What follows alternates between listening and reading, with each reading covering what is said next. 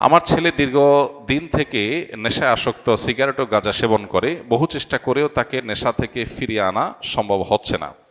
তাই কি করলে তাকে এই নেশা থেকে ফিরিয়ে আনা সম্ভব হবে? অনুগ্রহ করে পরামর্শ দিলে উপকৃত হব। প্রথম কথা হলো যে সন্তানকে লালন পালন করেছেন উল্টাপাল্টা পদ্ধতিতে। শরিয়াতের যে তরবিয়া, ইসলামী যে তরবিয়া লালন পালন পদ্ধতি, সেটাকে মেনটেন করেন নাই। এখন সন্তান হয়তো খারাপ মানুষে পালায় পড়ে, খারাপ পরিবেশে পড়ে সে নষ্ট হয়ে গেছে। তো এখন শুধুমাত্র দোয়া দরুদ পড়বেন আর সন্তান ঠিক হয়ে যাবে, ব্যাপারটা সেরকম না। এখন প্রথমত নিজের এই যে কৃতকর্ম সন্তানকে বিপদগামিতার পথে ঠেলে দিয়েছেন, যেন তওবা করবেন।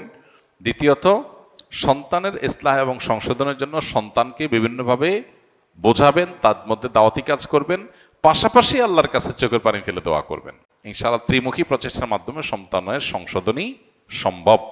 এক্ষেত্রে দোয়ার ক্ষেত্রে আমি বলবো, আপনি দোয়া কবুলের যে সময়গুলো আছে, শুক্রবার আসরের পরের সময়, 5 ওয়াক্ত নামাজের পরের দৈনিক এবং ভোর রাতে তাহাজ্জুদের সময়, এগুলো দোয়া কবুলের সময়। আরও দোয়া কবুলের বহু সময় আছে। এই সময়গুলোতে সন্তানের নাম ধরে দিয়ে আল্লাহর কাছে চোখের পানি ফেলে দোয়া করেন। আল্লাহ তাআলা হেদায়েতের মালিক, অসম্ভবকে সম্ভব করার মালিক। পাশাপাশি সন্তানকে সুপথে ফিরে আনার জন্য তাকে তার মতো করে দাওয়া নিবেদন করা, তাকে মোটিভেশন দেওয়া, তার মধ্যে দাওয়াতি কাজ চালানো এবং তাকে ভালো পরিবেশ দেওয়া, এগুলো আমাদের চালাতে হবে ইনশাআল্লাহ বিদিনিল্লাহ।